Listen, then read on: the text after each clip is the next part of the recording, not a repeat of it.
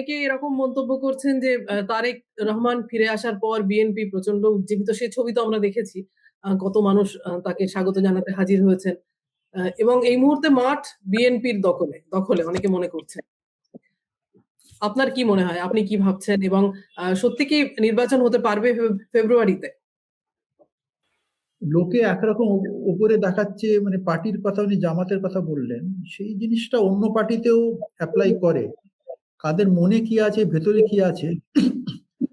আর বাংলাদেশের সূত্র টুত্র সব মানে এত রকমের পার্টিগুলো এতটাই নানান সিচুয়েশনালি এতটা ডিসঅর্গানাইজ রয়েছে। দেখুন, আওয়ামী লীগ কি ভাবছে এই মুহূর্তে আমরা সাইডে রাখি। আওয়ামী লীগ কি ভাবছে সেটা অনেক ট্যানজেন্সিয়াল, তার ইম্প্যাক্ট। যারা ডাইরেক্ট মাঠে রয়েছে তারা কি ভাবছে। বিএনপি না, বিএনপি ওয়াজ আ ক্যান্টনমেন্ট পার্টি। অরিজিনালি বিএনপির চরিত্রটা কি, কেন বলছি বিএনপির মনে কি আছে সেটা আঁচ করাটা অত সিম্পল নয়। বিএনপি ওয়াজ আ ক্যান্টনমেন্ট পার্টি। জেনারেল জিয়া সেটাকে ফর্ম করলেন যখন উনি আর্মি জেনারেল ছিলেন, তারপরে রিজাইন করে উনি প্রেসিডেন্ট হলেন। কিন্তু ইট কোলেস্ট অ্যারাউন্ড সার্টেন ইন্টারেস্ট, মানে পার্টিটা নিউক্লিয়াসটা হয়তো ক্যান্টনমেন্ট, কিন্তু পার্টিটা ছড়িয়ে ছিটিয়ে একটা শেপ নিল কতগুলো স্বার্থ এবং কতগুলো আইডিওলজি, কতগুলো এজেন্ডা, সেগুলোকে ইনক্লুড করে। আমি কি বোঝাতে পারছি, মানে অরিজিনাল তার এত কোড জিয়া যেটা আর্মি ক্যান্টনমেন্ট, তার চারিদিক ওটা কিন্তু বিশ্বনাথ চাঁদের কতগুলো জিনিসকে আরো নিয়ে দিল, ইনক্লুড করে দিল। এক হচ্ছে অ্যান্টি ইন্ডিয়াইজম।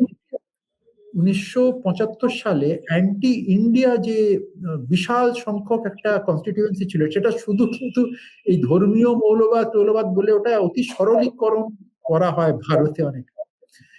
জামাত তো বটেই, পাকিস্তানপন্থীরা তো বটেই খেপে ছিল ইন্ডিয়ার উপর। তাছাড়াও আমি এই মুহূর্তে সেই মেরিটসে যাচ্ছি না, সেটা ঠিক কি ভুল। জাসদ ছিল চরম বামপন্থী দল, তারা সম্পূর্ণ বিপরীত মেরুতে জামাতের, মেজর জলিলের দল। তারাও ছিল পুরোপুরি ভারত বিরোধী, কট্টর ভারত বিরোধী। যতটা জামাত ততটাই তারা ভারত বিরোধী। ইনু, আমাদের কর্নেল আবু তাহের, ওনারাও মানে ওরা মিডল লেভেল গভর্নমেন্টের মুক্তিযোদ্ধা ছিলেন সব, আবু তাহের, মেজর জলিল ইত্যাদি। তাছাড়াও ওখানে যে অন্যান্য আওয়ামী লীগ বিরোধী বেশিরভাগই অ্যান্টি ইন্ডিয়া স্ট্যান্স। মৌলানা ভাসানির দল, ন্যাপ, ন্যাশনাল পার্টি, ওখানকার নকশালপন্থী যারা গ্রাউন্ডে যারা ছিল, চরম বাম যারা, মোহাম্মদ তোহা, এরা সব কিন্তু ভারতের শ্রেণী চরিত্র, ভারতের শাসকের শ্রেণী চরিত্র ইত্যাদি সেসব ব্যাপারে গিয়ে তারা তখন পাকিস্তান ভুলে গেছে। মানে 72, 73, 74 এই 3টে বছরে তারা পাকিস্তান ভুলে গেছে। তারা তখন রোজকার খাওয়ার নুনের দাম 40 টাকা কিলো ছিল তখনকার বাংলাদেশি টাকা, মানে চরম আর্থিক দুরবস্থা। ভারত গরিব দেশ তখন। যাই হোক, আমি সেই মেরিটসে ঢুকছি না। আমি এটা বলতে চাইছি যে ভারত বিরোধী একটা বিরাট ইন্টারেস্ট গ্রুপ বা মত, মানে যারা মত পোষণ করে ভারত বিরোধী, তারা বিএনপির দিকে গেল। সেটা দাঁড়ালো বাংলাদেশি জাতীয়তাবাদ এবং অনেকাংশে বাংলাদেশি মুসলিম জাতীয়তাবাদ। দেশভাগ হয়েছে, তারা বলছে ধর্মের ভিত্তিতে। আমরা নো ডাউট পাকিস্তান বিরোধী, আমরা হচ্ছি ভাষার ভিত্তিতে পাকিস্তানের থেকে আলাদা হলাম, কিন্তু আমরা ভারতেরও তাবেদারি করি। এইটা ছিল তাদের একটা প্রথম ঘোষিত নীতি। এবং তারা পাকিস্তান পন্থী তখন দাঁড়ালো, ট্যাকটিক্যালি বলল যে ভারত চারিদিক দিয়ে ঘিরে রয়েছে, আমাদের নতুন হওয়া দেশ, আমরা পাকিস্তানের হাত না ধরলে আমরা বাঁচতে পারবো না করে তারা পাকিস্তানের কোলে ঢলে পড়লো। তখন জেনারেল জিয়া সাহেব রাজাকারদের নিজের মন্ত্রিসভায় দিলেন, যারা রাজাকার ছিল, মানে এখনকার মতন এই কাউকে বলে দিলাম রাজাকার সেরকম না, অ্যাকচুয়াল রাজাকার ছিল, লড়েছে পাকিস্তানের হয়ে, তাদের উনি নিজের মন্ত্রিসভায় দিলেন। সেই রাজাকার মন্ত্রী বলতেন যে জেনারেল জিয়া তাকে এতটাই অপছন্দ করতেন, তিনি সালাম দিলে তিনি সালাম নিতেন না, তিনি ওয়ালাইকুম আসসালাম বলে ওটা অ্যাকসেপ্ট করতেন না, মুখ ঘুরিয়ে চলে যেতেন।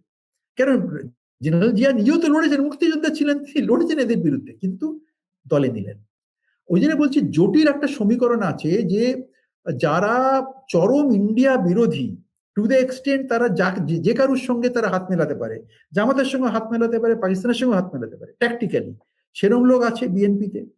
আবার যারা খুব ন্যাশনালিস্টিক, মানে সেই অর্থে ন্যাশনালিস্টিক, কোনো মতেই পাকিস্তানের সঙ্গে মাথা নোয়াবে না বা আমেরিকার সামনেও মাথা নোয়াবে না, বা যেহেতু জেনারেল জিয়া মুক্তিযোদ্ধা ছিলেন সেই লিগেসি তারা বহন করবে, তারা জামাতের সামনেও, জামাত জুনিয়র পার্টনার ছিল এতদিন, তাদের কাছে দুবার মন্ত্রিসভায় ঠিক আছে, তো জামাতকে সমকক্ষ কিংবা সিনিয়র পার্টনার করে তারা মন্ত্রিসভায় যাবেন না, সেরম লোক রয়েছে। এখন তাদের মধ্যে অনেকে খুব ক্ষেপে আছেন, তারা তলে তলে ইন্ডিয়ার সঙ্গে সন্ধি করছেন। সেই যে গ্রুপটা, তারা আওয়ামী লীগের জায়গাটা নেবার জন্যে ভোটের বাক্সে তারা ইন্ডিয়ার সঙ্গে তলে তলে সন্ধি করছেন যে আমরা ইনক্লুসিভ একটা মেসেজ দেব। তারেক জিয়া আসার আগে থেকে, তারেক রহমান বা তারেক জিয়া বা এসেও উনি প্রথম ঢাকার জনসভায় সেটা বলেছেন, ইনক্লুসিভ আমরা সমাজ গড়ব, সব ধর্ম সব জাতি সবে বাঙালিকে নিয়ে গড়ব।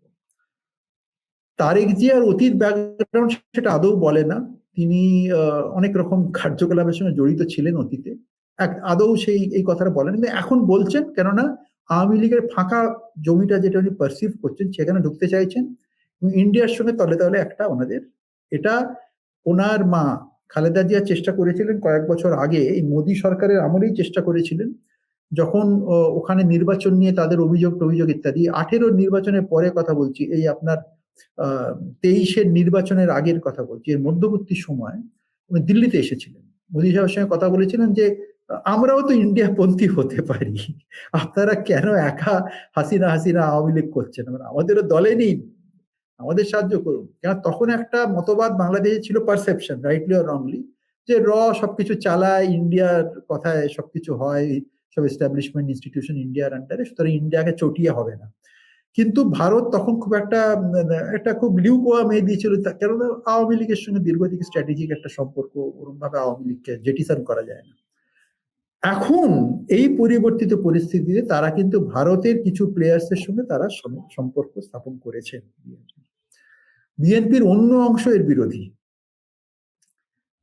এইটা দেখে প্রচন্ড ক্ষেপে গেছেন জামাত এবং এনসিপির লোকেরা। এনসিপি তো সেই অর্থে পার্টি না, কিছু পোলাপান, কিছু ছাত্র ওখানকার লোকাল, যারা এখন গত 1 বছরে যারা আঙুল ফুলে কচা গাছ হয়েছে, কোটি কোটি টাকা তারা আত্মীয়রা করেছেন, তারা যে কোনো উপায় ক্ষমতায় থাকতে চাইছেন, কিন্তু ওনাদের ভোট কিন্তু খুব কম, ওনাদের মিছিল মিটিং এও লোক কম হয়, ওনাদের যে কটা সার্ভে হয়েছে আমি জানি না তার কি ভেরাসিটি, কিন্তু সেখানে ওনারা কম পাচ্ছেন।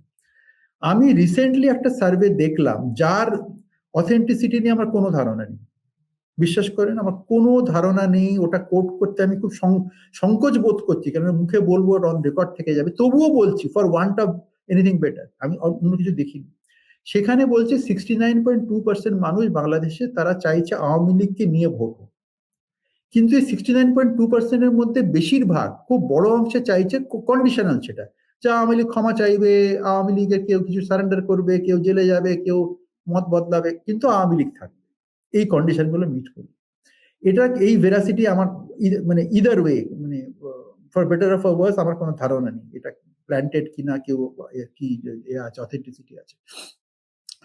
কিন্তু যেটা সুবিধা বললেন যে বাংলাদেশে আওয়ামী লীগকে বাদ দিয়ে স্বাধীনোত্তর বাংলাদেশ, মানে ইস্ট পাকিস্তানের পরে সেখানে একটা ফার্সিক্যাল নির্বাচন আওয়ামী লীগের হাত ধরে এসেছে, স্বাধীনতা এসেছে।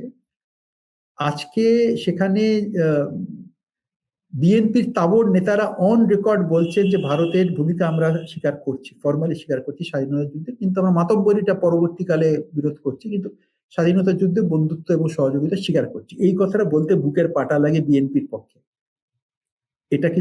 এটা বিএনপির অন্যতম প্রধান প্রতিপাদ্য যেটা এজেন্ডা ভারত বিরোধিতা, সেটা তার সঙ্গে কম্প্রোমাইজ। ওই জন্যই দেখুন নির্বাচন জামাত চায় না, নির্বাচন ইউনূস সাহেব চায় না, নির্বাচন এনসিপিও চায় না। এই যে মরুষিপাটটা চলছে নির্বাচন ছাড়া, ওনারা ব্যবসা বাণিজ্য রাজনীতি মব লিঞ্চিং সবকিছু করে বেড়াচ্ছেন ইম্পিউনিটি নিয়ে, সেটা নির্বাচন ছাড়াই, নির্বাচন নেই বলেই করতে পারছেন।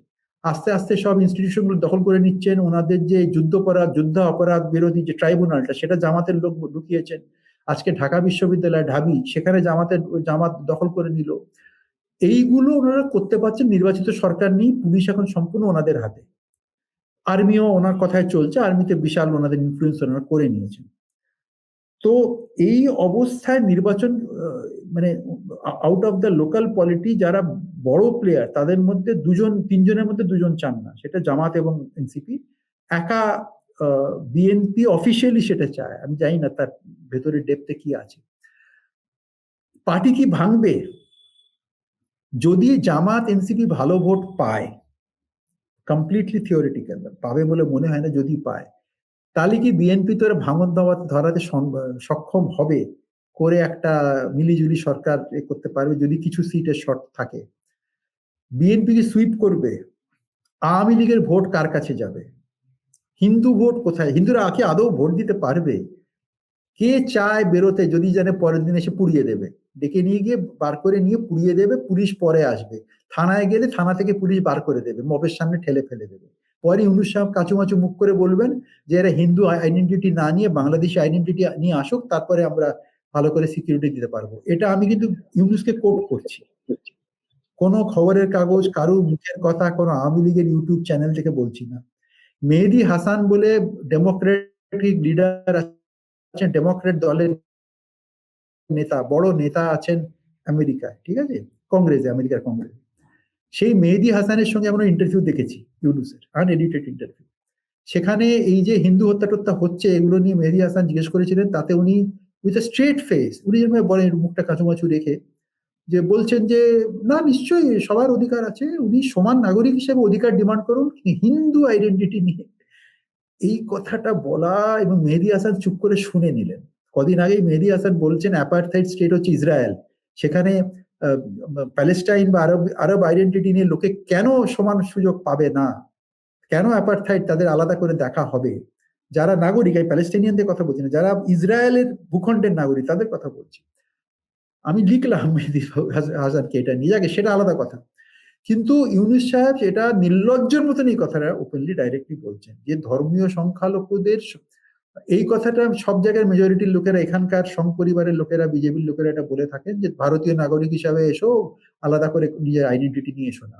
শুনতে অনেকের ভালো লাগে এই কথাটা, কিন্তু ওখানে বললে অবভিয়াসলি ভালো লাগবে না এখানকার হিন্দুদের, যেটা বাংলাদেশের পরিপ্রেক্ষিতে বলবে। তারা কি ভোট দিতে পারবে? তাদের 8% ভোট। বৌদ্ধরা পারবে ভোট দিতে? পাহাড়ি চট্টগ্রামে, পার্বত্য চট্টগ্রামে তো ওখানে তাদের কর্ডন অফ করে দেওয়া হয়েছে।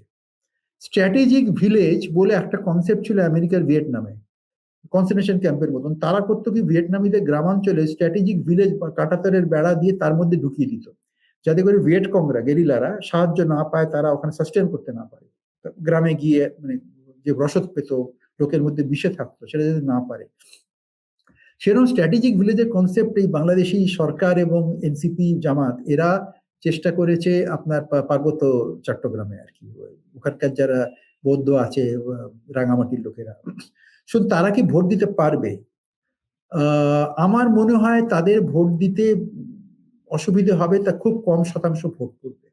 তারা ভোট পরে, ভাই আগে প্রাণ বাঁচলে আর জান বাঁচলে, হুইসপারিং ক্যাম্পেন হবে, বেরোলে খবর আছে, বাংলাদেশে যেটা বলে বেরোলে মিয়া খবর আছে। তো আওয়ামী লীগের অনেক ভোট হয়তো চলে যাবে আপনার বিএনপির দিকে, হয়তো যাবে না, কেননা এর জাত শত্রু। সারা জীবন যে ভোট দিয়েছে সিপিএম কে, সে ভোট দেবে বিজেপি কে, এইটা করেছে লোকে হিন্দু মুসলমান করে, আর মমতার বিরুদ্ধে মানে যেতে হবে বলে। কিন্তু এই জিনিসটা এখনো কট্টর সিপিএম যারা, তারা মমতাকে ভোট দেবে না, মমতা সরকার পড়ে যাওয়া অব্দি হয়তো বিজেপিকে দিচ্ছে, এরকম একটা ধারণা আছে যে আগে রাম পরে মাম। সেরকমই ওখানে কট্টর আওয়ামী লীগের লোকেরা যা একে বিএনপি কে ভোট দেবে কিনা জানি না, প্রাণে বাঁচতে দিতে, মানে আওয়ামী লীগকে তো বাড়ি থেকে ডেকে ডেকে খুন করছে, লিঞ্চ করছে, 69 জন হয়ে গেছে সেটা অলরেডি, সেটা করতে পারে।